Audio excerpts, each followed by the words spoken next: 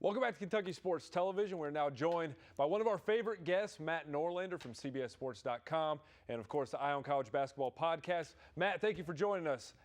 TJ, thank you for having me back on. All too kind. Appreciate it. We always like talking. It is a little different not seeing the Christmas tree behind you. A little sad that Christmas has passed. Christmas Matt Norlander is my favorite version. Yeah, I think the last time we talked, I ditched it that night, and that's like a whole other story. I'm up on the 5th floor of an apartment, and it was like me alone trying to bring this tree. Doesn't fit in the elevator, walking it down the stairs. It was just a disaster scene. So yeah, tree is gone, and on to late January. Good time of year, man. I mean, everyone talks about how awesome March is, but I love being in the thick of the season, you know? Yeah, and you mentioned a disaster scene. There was something similar to that maybe in Alabama with Kentucky the other day. When you look at this Kentucky team, how much trouble are they in terms of making the tournament? I think they're really in trouble, and I know this is under discussion everywhere around where you're at. The reason why I think they're in trouble is the non-conference doesn't offer up a lot. That's the first half. And then the second half is that the SEC doesn't provide a lot of opportunities. There's not a lot of protein there, so to speak.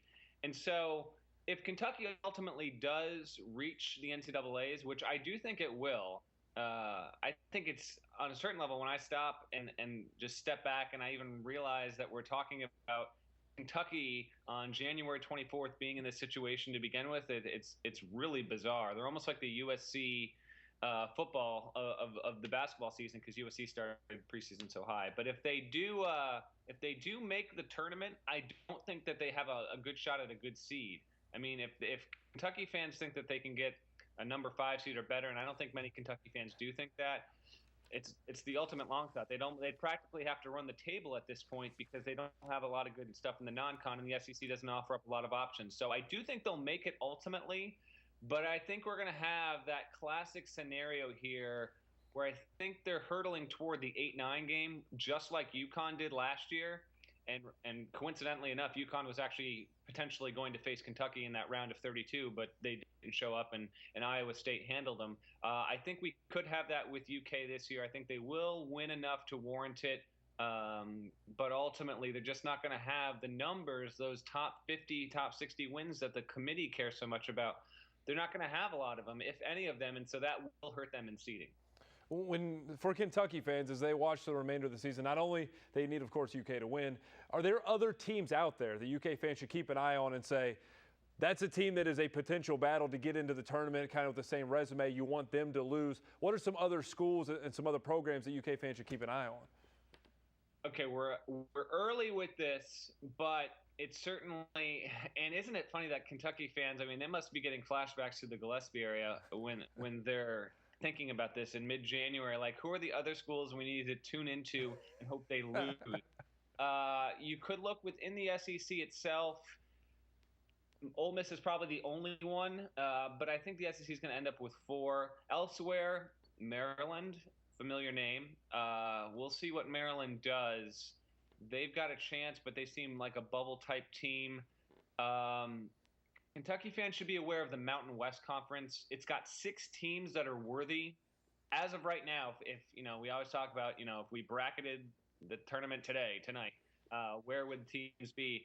Kentucky might be left out. There might be 6 Mountain West teams in, no joke. But teams like Wyoming and Colorado State, those might be some to keep an eye on, and Kentucky fans are probably like, what? Where do I find these on my television? They're there, I promise you. Pac-12 could have a couple of interesting ones. It's similar to the SEC in how there's just a little bit at the top and then it's kind of dissipates near the bottom. But any middling Pac-12 team might be in that conversation. And then I'm trying to think if the Big Ten has a group that's borderline. I don't know if they do. Most Big Ten teams, like there's a line of delineation there where Michigan State, Michigan, Indiana, Wisconsin, you go on down the line, Minnesota, these teams are clearly going to get in. So those are a few.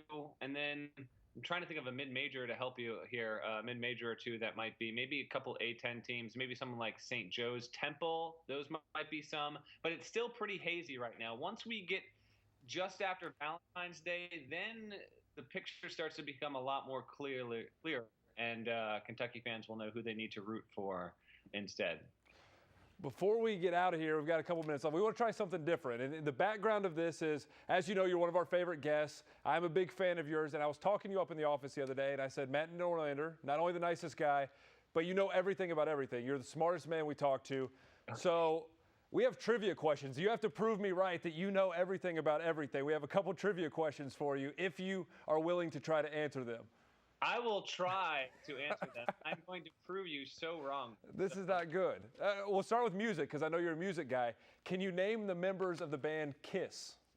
I can't because I don't like Kiss. That's the right answer. That's the right answer. Kiss is terrible. You got that right. Yeah. Kiss is just brutal. Yeah. That's it. So. I don't care what else happens. You just made me happy. That was the only right answer. Is no one likes Kiss, and that's. Can you name 2 types of apples? Oh, sure. You've got Red Delicious, Jonah Golds. Jonah Golds. Wow, that's pulling it out there. Oh yeah, don't mess around with the Jonah Golds. Okay. Granny Smith, right? All sorts. I mean, there's like 35 different kinds of apples out there. But yes, I can. Do you know this one I think is going to be difficult? How many miles are in a nautical mile? Oh, jeez. I'm gonna say, I'm not quite up on my nautical knowledge, but I'm gonna say 13. That's right for the purpose of the show. That says 1.15, but we're going to go 13 because Matt Norlander's never wrong. I'm not even close. And one final one. What is the longest side of a triangle called? Oh my God, dude. It starts with an H and it ends in hypotenuse. You phoned a friend. Hypotenuse, dude. You went hypotenuse on me. Come on. You're Matt Norlander. You're not Gary Parrish. You went hypotenuse on me 13 years removed from high school. I'm ashamed that I can't remember that, but wow. You won. Congratulations. I'm right. You're the smartest man. And we appreciate your time, Matt. Thank you for joining us. Always a pleasure. TJ, thank you so much for having me on, and I'll try and do better next time. No, you did a fine job.